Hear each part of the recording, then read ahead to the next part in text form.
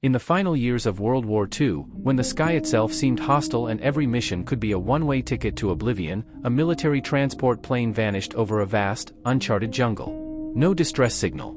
No survivors reported. Just silent swallowing metal, men, and hope.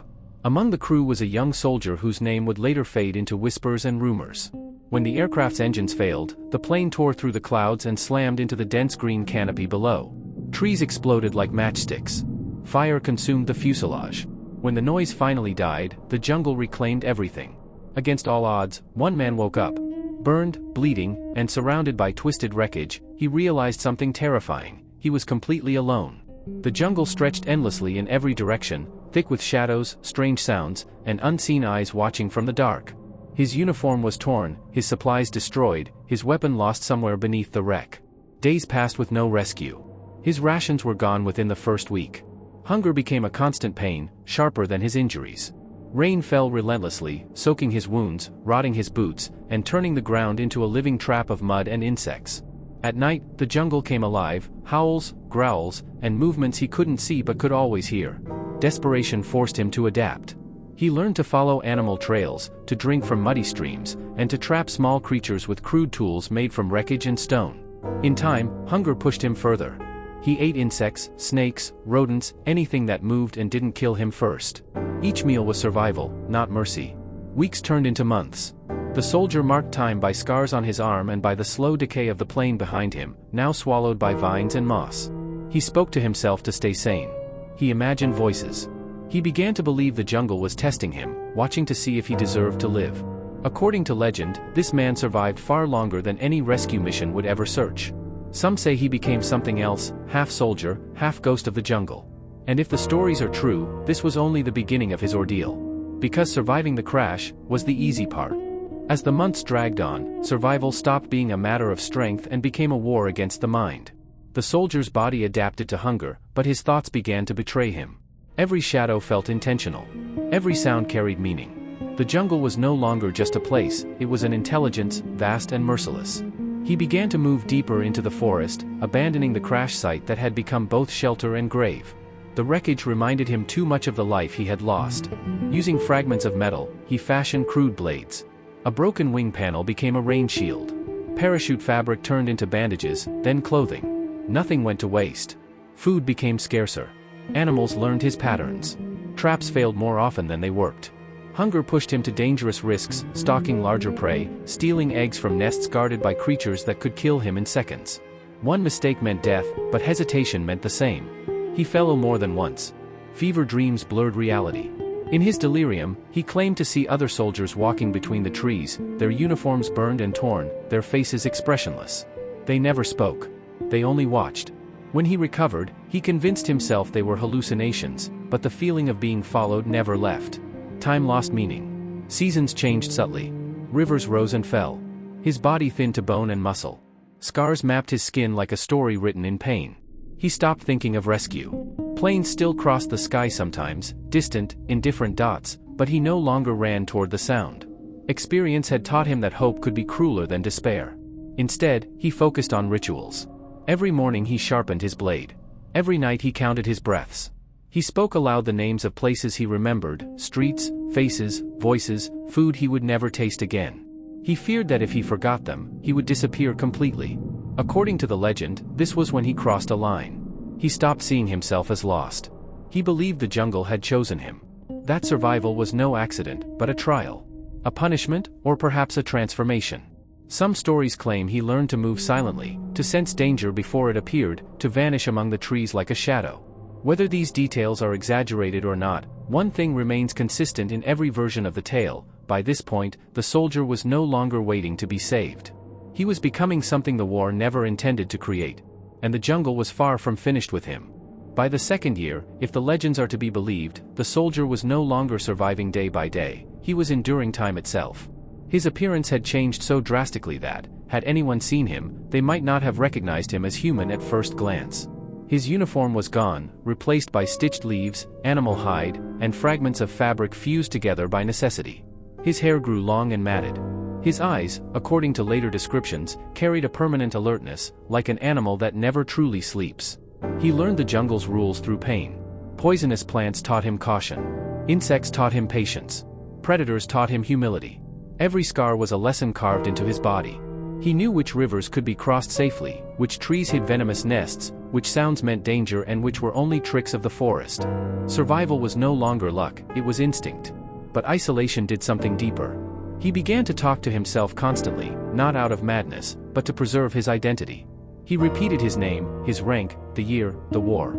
Sometimes he recited entire conversations from memory, playing both sides just to hear a human voice.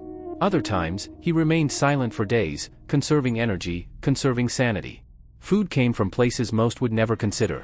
Small mammals caught with handmade snares. Birds stunned with thrown stones. Reptiles pulled from water at night.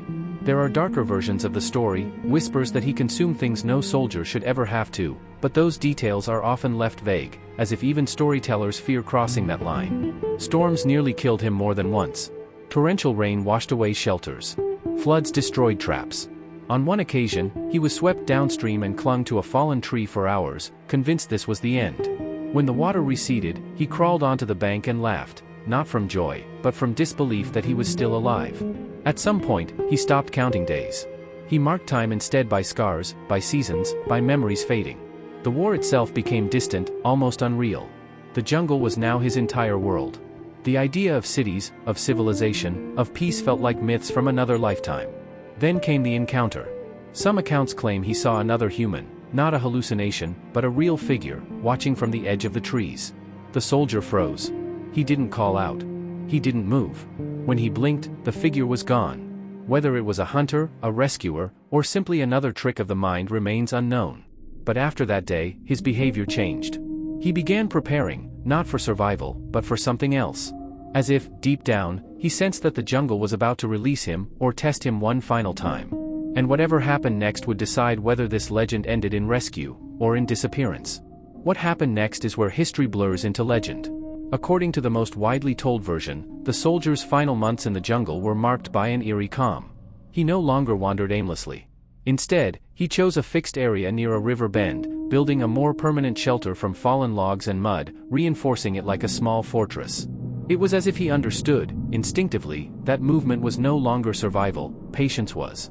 His body was weak, but his mind was sharp. He began carving symbols into wood and stone. Some resembled military markings. Others looked almost ritualistic, repeating patterns over and over. No one knows their meaning. Some believe they were records of time. Others think they were prayers. Or warnings. The jungle around him had changed too. The war was over, though he didn't know it. Planes no longer roared overhead. Explosions were gone. The silence became unsettling. For the first time in years, the world felt abandoned, not just him. Then came the day that changed everything. Accounts differ, but many agree on this. Distant mechanical sounds echoed through the forest. Engines. Human-made. The soldier froze, weapon in hand, a rusted firearm he had kept functional far beyond its expected life. He didn't rush toward the sound. He hid. Years of survival had taught him one truth above all others: curiosity gets you killed. When figures appeared near the river, wearing unfamiliar uniforms, fear overwhelmed him. He believed they were enemies. Or worse, illusions sent by starvation and exhaustion. He watched from cover as they moved cautiously, speaking a language he barely recognized anymore. Hours passed before he revealed himself. Some say he collapsed before reaching them. Others claim he raised his hand slowly, whispering his name, his rank, his unit, words he had repeated for years so he wouldn't forget who he was. When they approached, they reportedly stopped in shock. The man standing before them barely resembled a soldier. He looked like a ghost pulled straight from the jungle. Medical reports, where they exist, describe extreme malnutrition, severe infections, and a body pushed far beyond normal human limits. But what stunned doctors most wasn't his physical state, it was his mind. Despite everything, he was coherent. Calm. Almost detached. When told the war had ended years earlier, witnesses say he didn't cry. He just stared. Some versions of the story take a darker turn. They claim he refused evacuation, panicked by enclosed spaces, screaming when placed on a stretcher. Others say he vanished again, slipping back into the jungle before anyone could stop him, choosing the wild over a world he no longer understood. There are even whispers that no official rescue ever occurred, that the story was pieced together from fragments, rumors, and testimonies that never fully aligned. No confirmed name. No photograph. No grave. Just a legend. A man who fell from the sky during the chaos of World War II, and lived where no one should have survived. A story told by soldiers, locals, and historians alike, each version slightly different, each detail shifting like shadows beneath the jungle canopy. So now the question is yours.